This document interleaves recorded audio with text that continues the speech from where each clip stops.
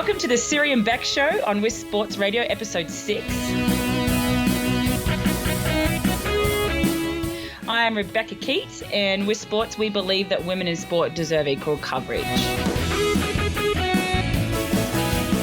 The Siri and BEK show is where we share our life experiences because sport is a vehicle through which we have found our true selves, and we hope to inspire you guys to do the same. So Siri's away this week, so I have a guest on the show, a very good friend of ours and fellow Team Sirius Tri Club member, Maricarmen Farias. Woo! Welcome, MC. So we're going to be talking about how we met, why she chose Team Sirius Tri Club, and we're going to hear about how it's changed her life and transformed her and affected her goals and her dreams. And welcome to the show, Maricarmen, or better known as MC. Thank you so much for having me. So MC, we've only known each other for really a short period of time. It's been about, how many months has it been now? I joined the team in August last year. Gosh, it feels like forever. So this is really crazy because there's people that you meet in your life and you feel like you've met them before. You feel like they've been in your life for forever. And Maricarmen is definitely one of these people. And both Siri and I just feel so blessed to have her in our lives. And I actually remember, we'll talk about this more later, but I remember the first day you came, I was like, who is this crazy girl? I love this girl. So MC, tell us a little bit about you because you're not from the US. No, right. I am not. So before I tell you a little bit about myself, I just want to say that I am so grateful to be here today.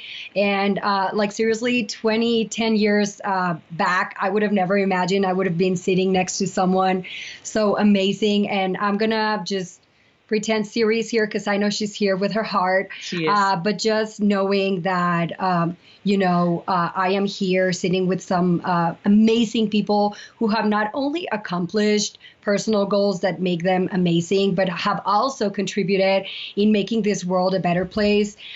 You guys have had an impact in so many people's lives, and just surrounding myself with you guys already makes me so excited, so much of a better person, and I am just so grateful to be here today. Oh, well, thank you, MC. I'll pay you later for that plug, but thank you so much. That means the world to us, and we just seem to, it's like attract like. We just seem to attract these incredible people just like you, and I just love the friendships we've made within Team Sirius Tri Club, and I feel like they're friendships we'll have forever. So, but back to you. So when did you move to the US? Because I know you weren't here permanently. You're here with your husband now. So yes, that is right. I am actually originally from Mexico, a very small town called Piedras Negras. It's in the border with Texas. And I moved to the state when I was 16 years old. Wow. On your own? On my own. Wow, crazy. I lived in Austin, Texas for 8 years. That's where I went to college. And what did you study? I went to school. I actually have 2 degrees, one in bilingual education and the other in speech therapy. Wow, amazing. So you must think of my speech and think, wow, she really needs to work on articulating her words more. My mum always says, Rebecca, you sound like a gutter child. Like, speak properly, pronounce your words. So I've been working on that. I'll be more conscious of that now that I know that you have a degree in that. So yeah, Austin, Texas, that's a really big mecca for triathlon, actually. Karen Burks lives there, also one of our Team Sirius Tri Club coaches. So cool. So Austin, Texas, how did you like living there? I absolutely loved it. I got to be honest, moving from Mexico to the States was not easy. I did not speak the language. Wow. I started college, not knowing what an essay was, literally. So it took me a while to get through school, but I did it, and I am always super grateful for that. But actually, it was while living in Austin, Texas, that I discovered the sport of triathlon. So awesome. Yeah, it's like an amazing place, so many great things to do. And like you said, it's like the world of triathlon. My favorite run, I don't know if you know, you probably will know it. There's a dirt trail that goes for one lap is like 10 kilometers or something all around the river. And it's unreal. It just follows the river the whole way. Oh, yeah. I think the one you're talking about, it's Lady Bird Lake, which they actually just built a bridge. Right. So you can do I think it's like a 12-mile loop. Oh, it's 12. No, they just expanded it. Okay, so I do not remember running that far. Yeah. No, but yeah, I was there a couple months back, and I was like, why was this not here when I was living here? It is an amazing place to live. Yeah. Wow. So 16, that's pretty young. So did you have an athletic background? Because you're very fit. You've got an amazing physique. So you must have had some sort of an athletic background. What was your history in sport?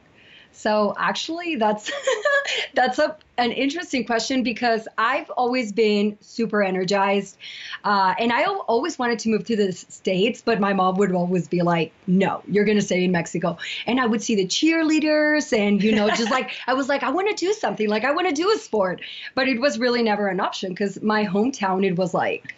I like to joke about it and say that I didn't know that people ran for fun until I was like 18 or something. Yeah, like seriously.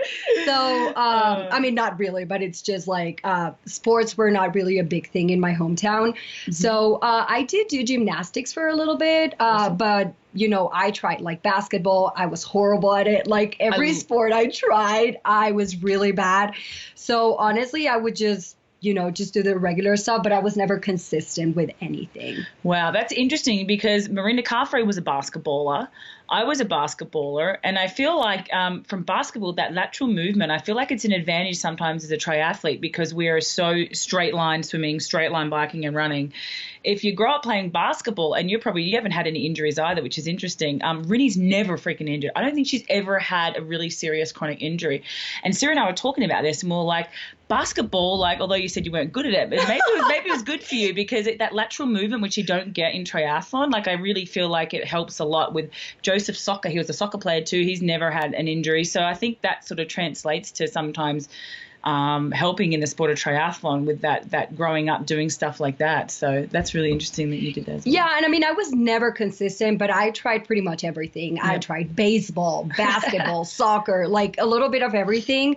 But to be really honest with you, for me, it was never I never thought I could do more than what I would see other people doing. So it was more the lack of knowledge and the lack of believing myself that held me back from going further in any sport. Because I've always had the energy. Like seriously, like growing up, like I was like, what am I going to do with all this energy?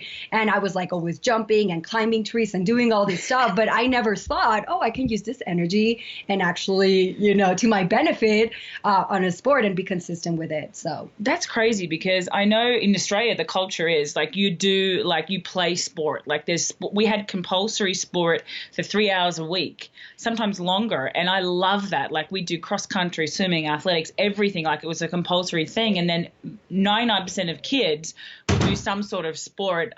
Sorry about the door. Some sort of sport after school as well. So is that a culture with you guys like that you didn't really have that in schools or? I would absolutely say that, but it's changing a lot. That's great. Like if I go back to my hometown now, like you see that people are doing 5Ks, 10Ks, 21Ks, which is like amazing. But when I was growing up, that was not a thing. Wow. So interesting. Yeah, I know. So I am like super happy, like going back and seeing that people are getting more into the sport. Like triathlon is growing so much in Mexico now. It didn't used to be a big thing. But yeah, I mean, going back, growing up, I would always since I grew up in the border, I would go to the States and be like, that's amazing. Like people can actually make a living and enjoy like the talent that they were born with or that they work for with a sport. So it was always interesting to me. But again, I do say it was like a lot of like the cultural background and all that. Yeah, that's really interesting because, triathlon is big in South America now and Mexico. And Troy Ramiro, one of our coaches and incredible athlete who will be turning pro this year, I assume, because he's doing great. He's from Mexico, and there's a lot of really top Mexican athletes, but I didn't understand that just wasn't something you did at school. So that's great that they're starting to do that because it's always been a huge thing in Australia for kids at school. That's just part of the culture. So then that brings me to the next part of the question will be, did you see a triathlon? Like I know with Siri, she saw this triathlon and she's told her story many times. It's amazing. And she was like, there was big people. There was African Americans. There was like 80-year-olds, 30-year-olds, 10-year-olds. There was all shapes, all sizes, all nationalities. And they all had this smile on their face and they were so excited to be out there. And is that what you saw? Was that your experience? Like, seriously, when I heard Siri's story, I was like, that's my story. Wow. Like, that is exactly my story, which was like so crazy. So the story begins when we were living in Austin, Texas. Like I said before, I discovered the sport of triathlon at age 20. So, wow. you know. Well, Siri was 23. Yeah. So I'm good, right? So you couldn't swim either. I, like I said, like I did all sorts of sports like growing up. So I did take swimming classes, but I don't even remember using goggles. So did you do the swan like Siri with your head above the water, the swan swim? That's how she learned. Oh, God. Honestly, I mean, I did take swim classes growing up, Okay, but it was never like in a competitive level. So it was different. And running was never part of my life. Cycling, like I would in Mexico, I would like go out on my bike with like the 2 wheels on the back. The training wheels. The training wheels, yeah. So yeah, definitely triathlon was like not on my athletic background. But it was actually quite interesting because my sister-in-law told my now husband, oh, do you want to do a triathlon? And he's like, what's that? And she explained to him and he's like, yeah, I'll do it. We were like super out of shape. Like we would go out every weekend. Like it was like, like a rule, like we had to go out. We loved drinking, partying, and, like all this stuff. I had a lot of fun growing up, I have to say. So I remember it was the Captex Tri in Austin. Yep. And it was a sprint triathlon. So I'm walking there and I'm looking at all these people and I'm like, what is wrong with them? No insult, guys. Yeah, no insult. And I'm like, why do people pay for this? Like I would see people, like breathing hard. And I was like, I would never do something like this, like never. And then, I continued to watch and then I started to see people crossing the finish line. And that's where like Siri's story and my story are so similar because it was a feeling I've never had before. Wow. It was just something new to me. I was like, this is amazing to see how seeing so many people from different backgrounds and exactly like different ages, like it didn't matter, they crossed that finish line. Then I see my fiance like crossing that finish line and I'm like, no freaking way. By the way, he did this on a mountain bike. Oh, that's amazing. And did he look excited? I bet you he was pumped to finish. He was very excited. He was like, oh yeah, that was fun. Like he used to be a smoker. So, like he even did it like with, I don't know how he finished half a lung. Yeah, half a lung, exactly. Yeah. He likes to joke about it and say that when he was like swimming, he would like had a cigarette and then just like swim with the other hand, and I'm like, you're ridiculous. But anyways, he finished. I was super inspired. Like it was like a shift on mindset right away. Wow. And I was like, this is amazing. Like it is not about like, that's where I learned that it is about the sport, but at the same time, it is about doing the things that are hard, that you believe that are impossible, but then you do it. And he was like a big, big inspiration. So the next day, like seriously, the next day I hopped on the treadmill and I started running. And that's how it all started. Wow. That's crazy because that's so interesting. And that was a similar story to Siri, really. And that's sort of aligned with our motto. It's not about swim, bike, run. It's about who you become. And I've heard so many stories like this. I mean, I was completely different. I had a really big athletic background. I was cross country, swimming, athletics. But that's a great story. Your husband was a smoker. And we have guys in our club that have lost like 120 pounds. One of my athletes. This is an inspiration, I think, for anyone listening out there that has never done a triathlon. What would you advise them? Because some people say, I can't do that. And an Ironman's crazy. I mean, Ironman for me was, say, 8 or 9 hours, but for some people it can be 16 hours. So what would you say to the everyday person that's terrified? And most of the fear is usually that they can't swim. We can help you with that. What would your advice be? Because it does scare people to think about swimming, riding, and running. And for someone that's never done one, what would your advice be? So for me, I think it's different for everyone. Yeah. For me, my personality is a lot like I started with shorter distances than sprint. So I started swimming. Is there a shorter distance? There is. Yeah, there is such thing. So I remember we would do all these races and it would be pool swimming. So it was not like, okay, swim in a lake, because that is very intimidating. And I mean, I was super scared. Like up to this day, I'm not going to say, like, I still get a little nervous when I get on open water swimming. But what I would say is start small. Because I feel like a lot of people just like from one day to another say, I'm going to do an Ironman. And that's great. Like, I truly believe that anyone can do it. Like, I truly believe that anyone can do it, but it's also important to understand that your body has to get ready for it. And I feel like the better prepared you are, the training, it's not only going to prepare your body, but it's going to prepare you mentally so that you can actually enjoy it. Because a lot of people get so, in their minds about like the training that they forget about enjoying. The journey. Exactly. Yeah. So that's the great advice. So for people that don't know, though, we should probably tell them the distances, because not everybody's a triathlete that listens to this. So I didn't know there was a shorter one than a sprint. So what distance was, if you guys are looking out there, well, let us know. We can send you links to races that are shorter than a sprint distance. But a sprint distance is usually 500 swim, 20K bike and 5K run. And sometimes it can be a 750 swim, 20K bike and 5K run. So MC, what was the short one? Honestly, it was so long ago that I don't remember. It was an Olympic pool. So I would say it was about maybe a 400 meter swim. Like 10K bike. Yeah, it was like really short. Yeah. I honestly don't remember the distances. I would lie, but it was really short, and we did like 20 of those. So that built up my confidence to be like, like every weekend.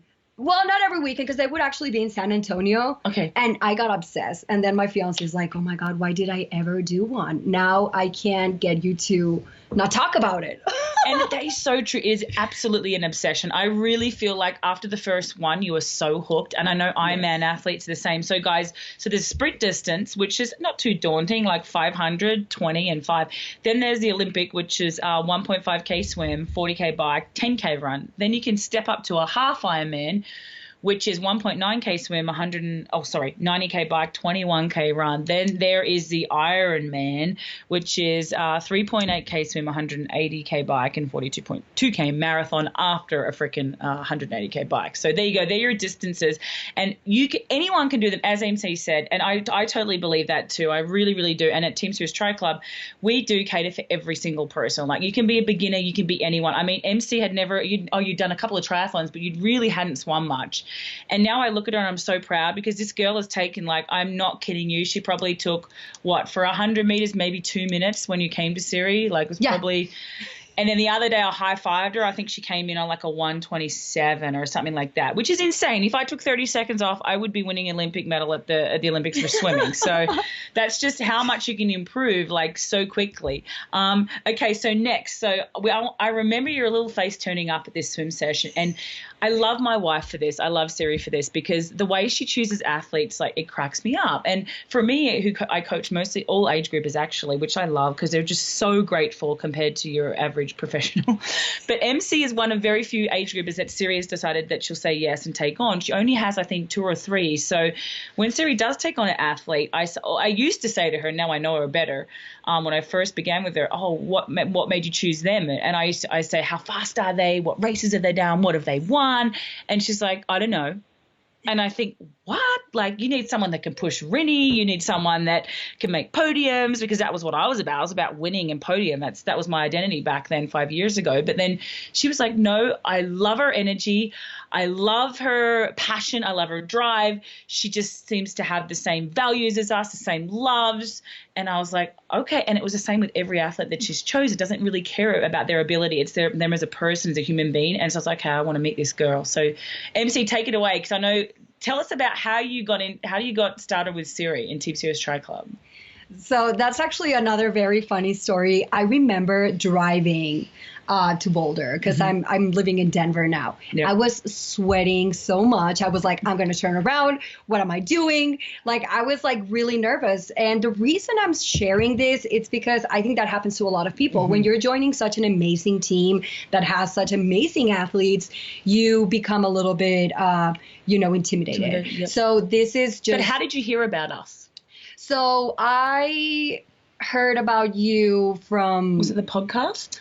Yeah, so it was the Tony Robbins podcast, and it was actually really interesting, because I was just looking for a triathlon team, but I wanted something very specific. Right. I wanted something, first of all, I wanted to be surrounded by like-minded people and people that were going to challenge me. but support me at the same time. So I wanted to get uncomfortable. Like I was ready to get uncomfortable, even though it was super scary. So yeah, it was just like by searching online and then learning more about the team. Like when I started reading the description of the team, I was like, this is exactly what I need. I'm just going to, 1 second, keep talking to him. Our cat has decided to crawl out the window. So I'm just going to save him here. What are you doing? So I remember driving to Boulder, and I got there, and like I was saying before, I was really nervous. Yep. But just like Beck said at the beginning, when I saw Siri, like I really didn't have any expectations, but it was as if I had known her my whole life. Like we clicked right away. She's like, oh, it seems like you're ready to swim. And swimming is like my least favorite. And I'm like, no. And probably your worst leg too right now. Yes. It was then anyway. Exactly. Yep. So I was like, okay, I guess I'm just going to jump in there. But that's what I loved. Like I love the fact that, you know, it was not like think about it, or it was just like dive right in there. So you didn't look and go, oh my God, there's Mirinda Carfrey, well, I'd retired then, so you weren't worried about me. There's Mirinda Carfrey, there's Ellie Salthouse, oh my God, there's Kaiser Lettinen.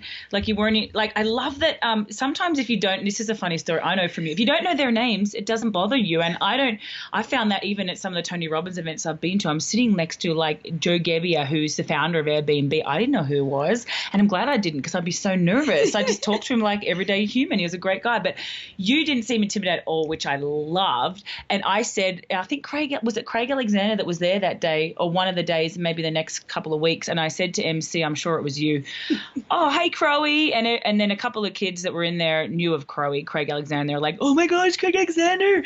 And I said, oh, you know who that is? And MC's like, no. And I'm like laughing my head off, just like 3-time world champion. But I love that because that means that you're in it for the right reason. Like you didn't care about who it was who the people were. It was about the person, not about what they achieved in the sport. So do you remember the swim session? I do remember. Okay, come on, let's tell people what it was, because I know it was hard, because I know that every time you stopped, keep going, MC.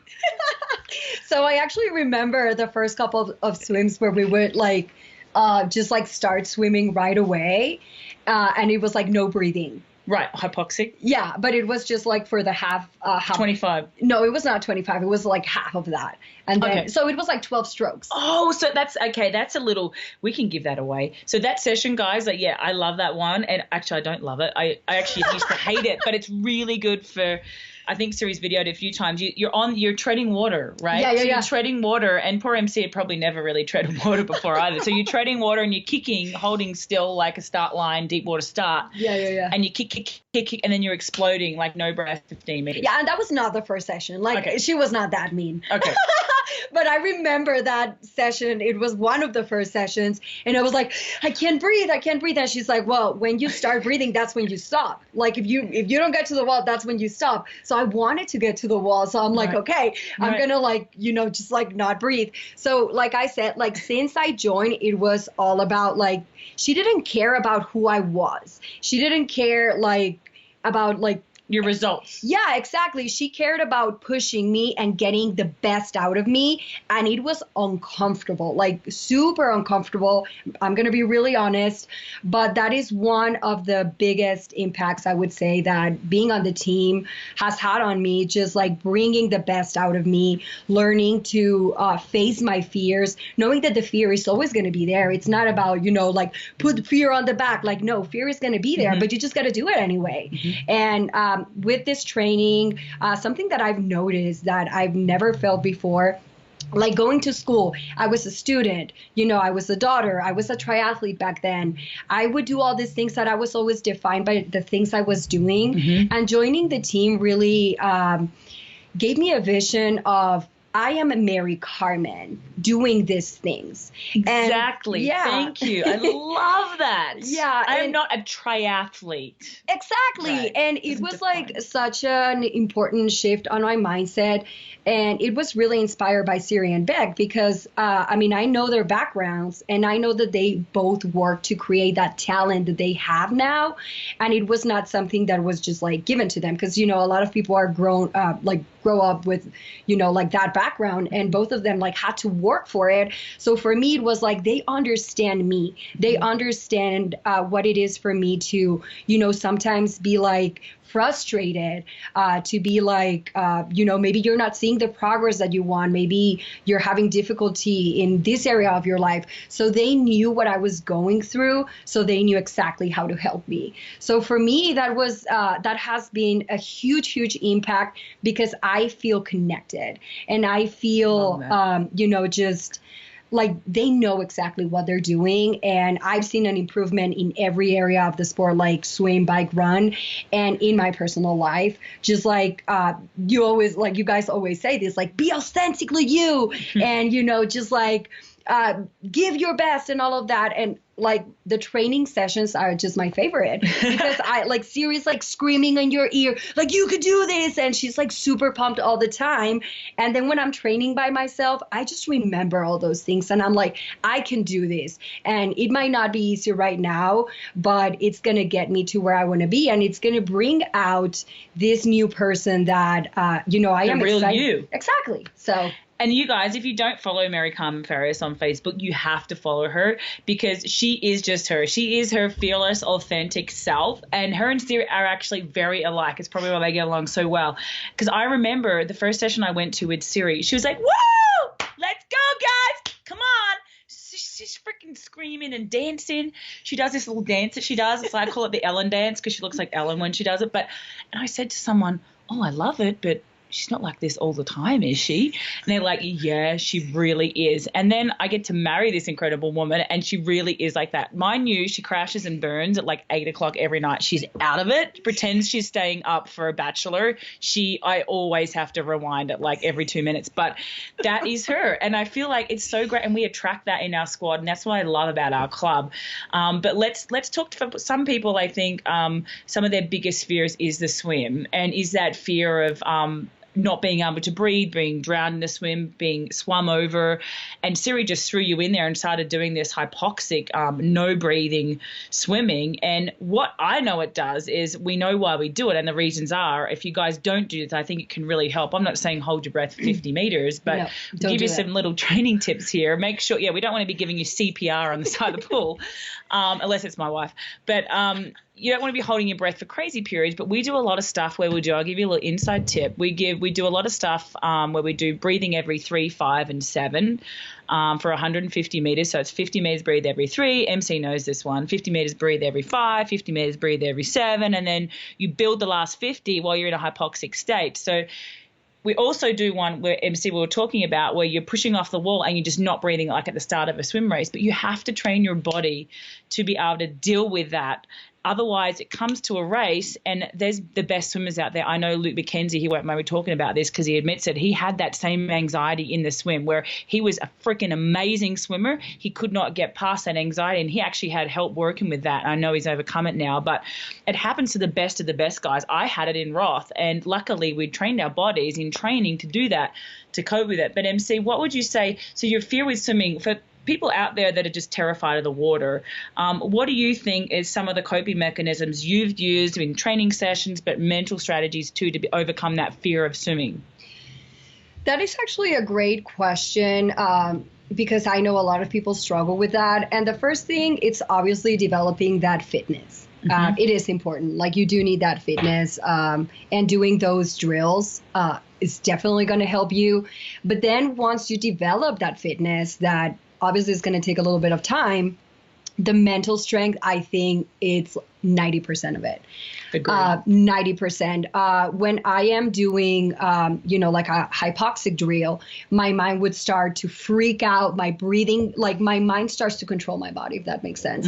So my breathing starts to go super high, and I'm like seriously, like, oh my God, like I'm going to die. Like all these thoughts starts to control me. So I've realized that by doing those drills, I'm able to, if I am able to connect with my mind and shut up the thoughts that of fear, of uncertainty, like all of those like fears, I'm actually able to calm my breathing. I mean, it's still uncomfortable, but you are actually able to overcome that just by first, again, taking care of the fitness, and second, taking care of the mindset, which is a big, big, big part. And just not getting frustrated. Like I remember we were doing a session during the training camp, and I was getting frustrated because people kept passing me and passing me.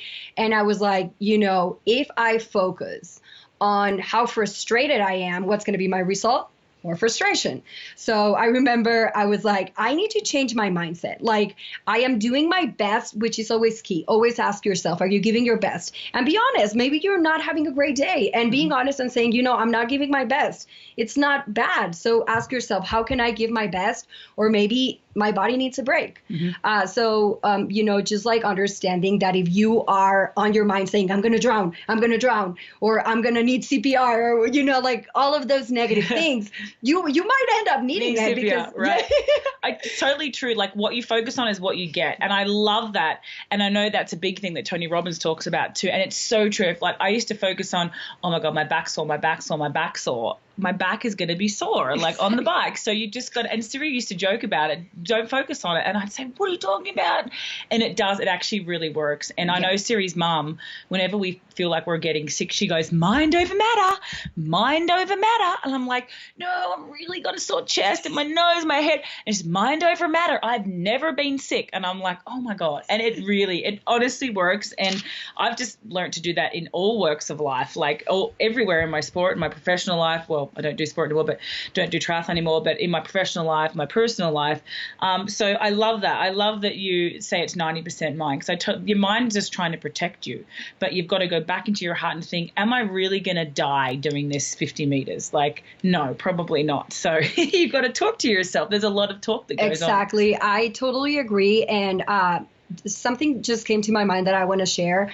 When I used to do triathlons years back, I remember that if I had a bad swim, it was like I would just make excuses like, oh, my stomach was hurting, or, it was so windy. Like I would just like make excuses because I was pissed. So being pissed, like focusing on being pissed, ruined my race. So I remember 2 years ago, and that's another reason why I joined the team, that it's just like coming to my mind now. I did a race here in Colorado, and I was having a horrible swim, like really, really bad. And my husband had asked for the day off so that he could drive me there. He was really excited to see me race, and I was going to quit. I was like, I'm not going to finish this. I can't breathe. So I started focusing on the negative. And then I was like, I cannot do this. Like, if I cannot do it for me today, I'm going to do it for him. Just because, I couldn't find that motivation. So I started swimming, and I was like, I'm going to give the best on the bike. I was dying on the bike because I was pushing so hard. And then during the run, I was like dying as well, just because I wanted to make up for the time that I was swimming. Like literally, I was swimming like on my back because I was like, I can't breathe. Like it was really bad. And I hadn't raced in like 3 years when I did that race. So I remember I finished and I placed second. No way. On that race.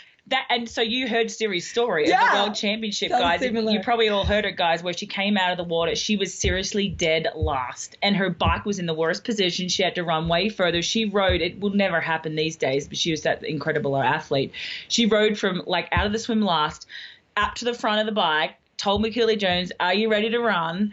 And then won the World Championship by nearly 2 minutes. So there you go. So that's the thing. You've got to remember, it doesn't predict your race. Some of my race when I won the World Championship, when I won the Copenhagen, the challenge race there, the iron distance, and I broke 9 hours that day.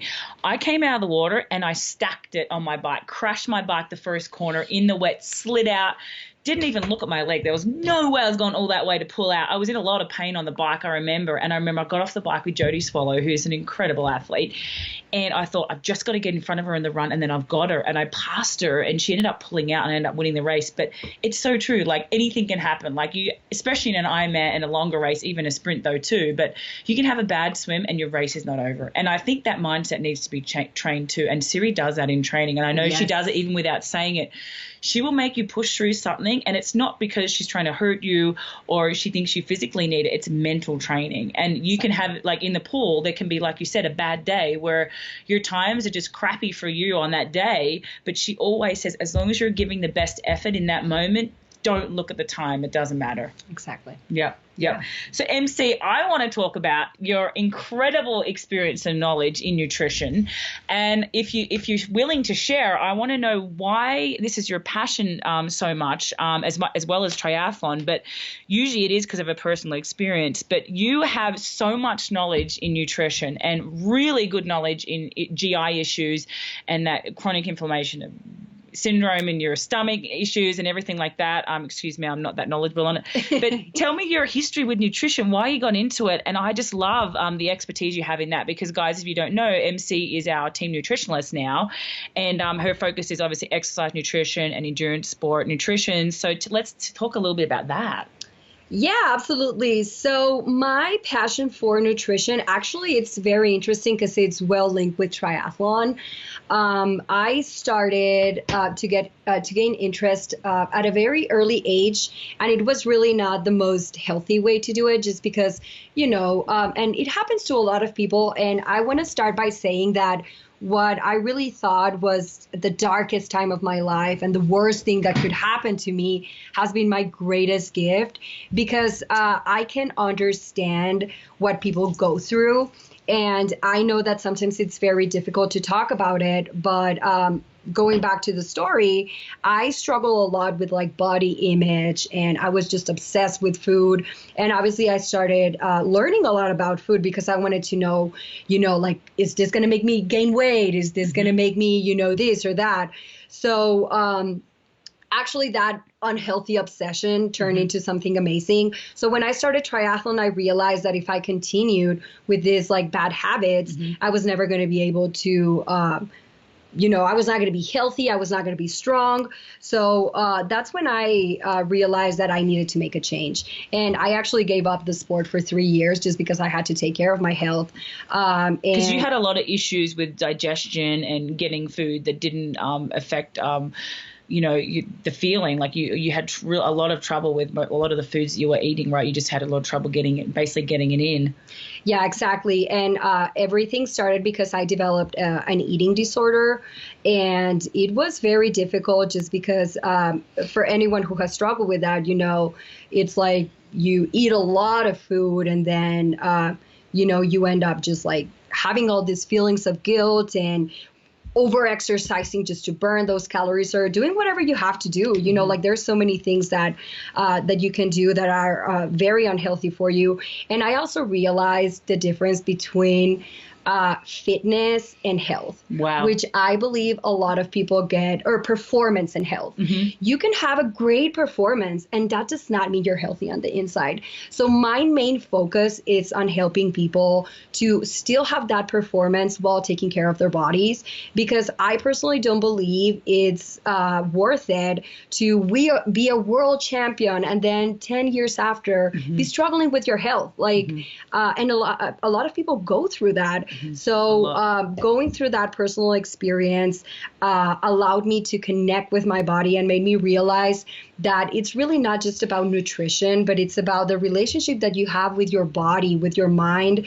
And if you just focus on one, there's going to be unbalance, and you are going to end up, having some sort of disease, and which is like super sad, because for people who do triathlon, you usually think of people that are healthy. They're working out, they're spending all these hours so that they can become better. So why not find ways in which you can become the best that you can be physically from the inside out? I love that. And you know what, it even resonates with me, not to that extreme, but I know people that have had bulimia, and I know there are a lot of athletes, whether they'd admit it or not, have eating disorders. And it's definitely so common for women. And for me, I remember as a kid, I was never bulimic or anorexic, but I do remember that I used to calorie count as a 16, 17, 18-year-old. For 3 years, I calorie counted, and I used to count the grams of fat that I ate, because fat is bad. And I remember I was the chubbiest I've ever been from cutting out fat, because so let me ask you this, because there's so many things out there, MC, and I've been listening to Chris Kresser, an incredible functional medicine expert, about diet. Well, it's not even diet, healthy eating, but there's paleo, there's keto, there's high fat, low carb, low carb. Oh my God, that's so freaking confusing. So, and I know everyone's different, but I've tried everything. There's vegan, and I've just realized for me, it's come down to really balance, but you can be really more scientifically approached with the approach of that, but eating food. But what would you say for everyday people out there? Let's touch more on probably people that are more athletic, or triathletes, or someone who's exercising. What would you say are the few key things to focus on with nutrition? Stop comparing yourself. I think that would be the first thing. So you see this like top athlete eating whatever bar they're eating, and they're following this diet, and you go and follow it. You have to understand that every body is different, and the best way to know what works for you is to see how you feel. So that's actually an amazing question, but it's pretty general, because I can sit here and give you all these amazing tips, but then someone would try this and they would be like, oh, this didn't work out for me. So maybe what she's saying is wrong. But in reality, it is because for some people, if they have a low-fat diet, it would work amazing for them. For some people, if they have a low-carb diet, that would work great for them. So it's really coming to the conclusion that you have to get to know your body. And the reason I say this, it's because I've been vegan, vegetarian. I've tried the ketogenic diet. I've tried high protein. I've tried like cleanses, everything you can think of. And that's actually, again, it was like horrible, like going through all those diets and starving and binging and, purging and all of those things. It made me realize that there is no such thing as a perfect diet. So when it comes to athletes, I think you have to keep in mind that it's not about feeding yourself, but fueling yourself. Exactly. So if you have a workout, I see a lot of people doing, I'm going to do this fasted workout. Doing fasted workouts, it's okay if the intensity is going to be low and for regular people. But I truly believe that if you are an athlete, you have to fuel your body. I totally agree. I mean, I hear like the Ben Greenfield, I'm not mocking him because he usually is addressing more like your everyday person, weekend warrior, not sort of a professional athlete or an endurance athlete. I don't like the idea of fasting because I think recovery is going to be a lot worse. They could struggle through their session. I'd really agree with you there. I mean, if you're just trying to lose weight and you really have a serious weight issue, then maybe every now and then it's good for you, but I definitely wouldn't advise that. But okay, so let's just say everyday person, say they're a half Ironman athlete, have no idea about nutrition. They don't know what to eat at all. What would just be something in general, if you could just give them a few common tips for an everyday person to have for breakfast, lunch, and dinner? Oh, that's a great question. So I would definitely say you have to make sure you are eating a balanced diet. And there's something really interesting when it comes to, for example, pre-workout. For pre-workout, you always have to focus on digestion. What is going to take the least time to digest and have your the food empty the stomach. So for that, I personally recommend that you have something that's going to be absorbed fast. I like to have dates, figs. That's for carbohydrates. And then a type of fat that I really like that's very easily digested is MCT oil. And a lot of people would tell you, no, don't eat fat before a workout because it takes a lot of time to digest. But with MCT, it's very different. You just have to make sure you get the one that has the C8. I won't really go into detail, but that's going to be easily absorbed. So just look for that on the label. And then you also want to add some protein there. I personally recommend hydrolyzed protein, which is pre-digested protein. Again, just because it's going to be gentle on your stomach. So talking about that, where would you get that from? Is there a brand that you recommend? There is a brand that's called Deep 30. That's pretty good. But just if you Google hydrolyzed protein, you're going to find a lot of different like good brands. And usually when it's hydrolyzed, it's going to be a good source. And it's plant-based or? It doesn't have to be, but it can be. I like the plant-based. Yeah. And again, I mean, some people do okay with dairy. Some other people don't do so well. But for pre-workout, I usually recommend that you would do something like plant-based. What about post-workout? Because I have a lot of people ask me this, and they say to me, I've just done like a 45-minute run, or I just say, well, if you've already eaten breakfast, it's not that important. Keep hydrating, but you don't, maybe a banana or something. But say they've done like a 2, 3, even 5-hour session. Let's say a 3-hour session to make it specific. What would you recommend someone? They've just done a 3-hour pre-hard bike session. What would you recommend them having after that? So afterwards, also you want to make sure you are having something that's balanced and that's also going to be absorbed fast. Yep. I recommend that if you're done with the workout, try not to have a big meal after workout, because you got to understand that your body is going through all these like processes of rebuilding and all of that. Mm-hmm. So if you eat a lot, then all that energy is going to go to digestion, and then you also want to take care of recovery. Wow. So I personally recommend that you eat a snack right before your workout that has carbohydrates. A lot of people are like, oh, I don't need carbs because I just finished my workout. Like, no, you do need carbohydrates. And here's the thing, guys, there's like this battle against carbohydrates right now, and sugar is a big addiction. Mm-hmm. But here's the thing, just focus on good carbs. Mm-hmm. You know, okay, like, what are some good carbs? So good carbohydrates are, you know, like sweet potatoes are a great source. Taro, yam, white potato is also good. And again, you have to see how it's working for you. And I'm not going to go into the whole argument of gluten-free, right. But it's also important to understand that gluten contains a protein that causes inflammation. Mm-hmm. It doesn't matter if you are intolerant, like gluten intolerant, it is going to cause inflammation. Like, it doesn't matter. For some people, it's worse than others, but that's what carbohydrates do. They cause inflammation, and it's something that you cannot avoid, you know. But when you go to healthier types of carbohydrates, so you can have bread, it's okay. So if you want to have like a bagel, bread, whatever is it that you want to have, and you want to lower that inflammation, I do recommend that you go gluten-free. I totally agree. I used to find that whenever I ate bread, I'd wonder why I was so gaseous, like burping all the time. And it's my body going, hello, this is not, you're not enjoying this. My stomach doesn't like this. So I definitely have gluten-free. I know a lot of athletes do that now as well because of the inflammation. But it kind of scares me that there's just really not a lot of education out there with all this chronic disease. And this is where I love like people like Chris Kresser, functional medicine experts, where chronic disease, 99% of it, or I think he says 90% of it, is caused by this awful Western diet that we have. So, and all America seems to do is just medicate, when a lot of it can be treated by freaking eating well and like a good, healthy diet. So what would you recommend? So I know this is really general as well, but some athletes have a lot of GI issues, and it's common. I had it too, like just trying to get that food in a race under that extreme intensity. Is there anything that you think they can trial, or obviously training with it, practicing with it, but is there anything you can recommend that you would know that would probably be absorbed a little bit better and not cause so much GI stress, say in a race under huge stress in an Ironman or 70.3 event?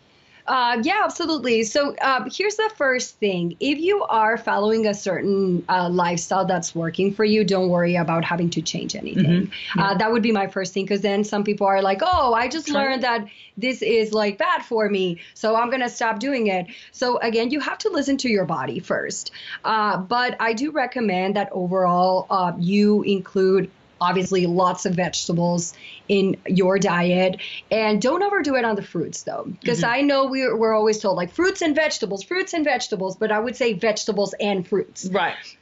Because fruits are amazing for you, but they also have a lot of sugar, so a lot of people overdo those, in my personal opinion.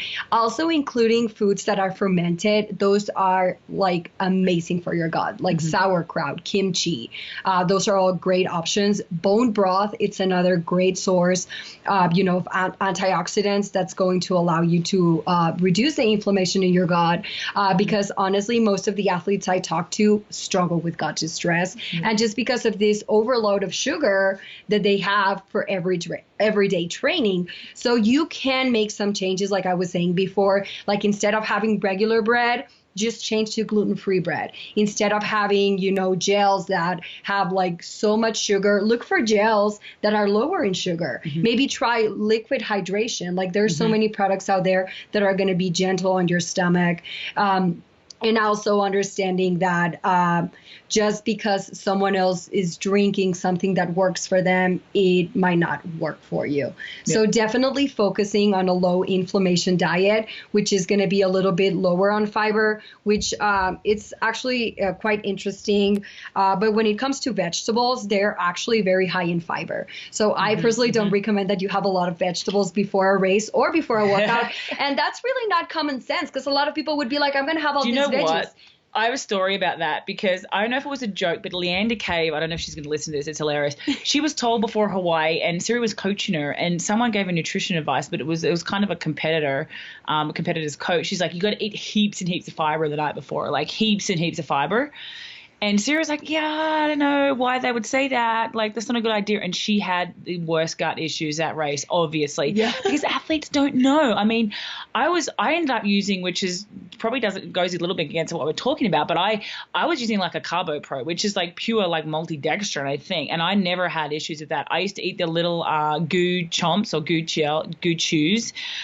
They worked really well. And it is very different on race day because you can't have sweet potato and you can't have, exactly. You know what I mean? So it's really hard on race day. I know that there's newer energy gels that are a combination with a little bit of fat and they're like a fruit type thing. And I know Troy eats like almond butter. Yeah. And it's like a gel almond butter. And I know there's a lot of stuff like the honey stingers and stuff that are coming out that's a little better on the stomach. But it is really hard on race day to get the right nutrition. Maybe we need to design something, MC, because it's hard to get that out. There's nothing out there. You can't just go and have a sweet potato like while you're racing. So, you've just got to, it's honestly trial and error and doing it in training and everything like that. But you guys, I'm so excited to have MC on the podcast today. And if you guys want to learn more about Maricarmen, Maricarmen Mindful Nutrition, she actually has her own podcast now called Sound Bites with Sports. So thank you, MC. Is there anything else you want to add for anyone? No, I just want to thank you again for having me today. And if you guys have any questions, feel free to send me a message. I'll be on Facebook. You can find me by typing Maricarmen Farias. You better spell that for me. So that's Maricarmen. I have a very long name. And the last name is Farias. So that's Farias. Awesome, MC. Thank you so much. So, guys, also, if you want to know more about Team Sirius Tri Club, you can go to www.teamsiriustriclub.com. I really want to quickly touch on too, our big why is, and Maricarmen is a very big supporter of this, is our Believe Ranch and Rescue, a horse rescue where we save horses from slaughter. And I also wanted to touch on a new act that has just been created, well, not just been created, but more recently being created, the Safeguard American Food Export Act, or known as SAFE, was created last year, and we'd love you guys to get on and support this because it is going to be taken to the White House, and we're going to hopefully be lobbying to try and get this as legislation officially. But please look it up if you can. It's called the SAFE Act, Safeguard American Food Export, to stop this shipment of horses to slaughter, and that's a really big thing for us. So you can also look at our rescue, www.believeranchandrescue.org. There's more information on there as well. You can even donate each month for $37 and be part of our club, but also be donating to save horses, give them vaccines, and that can be a way of you contributing to saving and touching lives of the horses as well, which will give you a free membership to our club. So thank you, guys. Follow WIS Sports on all social media channels at WIS Sports, and for more conversations from the world of women in sport, wisports.com. Remember, you can listen to lots of the podcasts about women in sport by subscribing to WIS Sports Radio on your favorite podcast app.